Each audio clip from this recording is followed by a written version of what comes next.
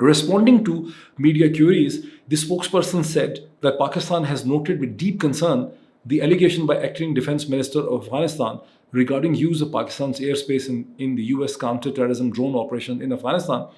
In the absence of any evidence, as acknowledged by the Afghan minister himself, such conjectural allegations are highly regrettable and defy the norms of responsible diplomatic conduct. Pakistan reaffirms its belief in the sovereignty and territorial integrity of all states and condemns terrorism in all its forms and manifestations. We urge the Afghan interim authorities to ensure the fulfillment of international commitments made by Afghanistan not to allow the use of its territory for terrorism against any country. Islamabad, 28th August 2022, 402 by 2022.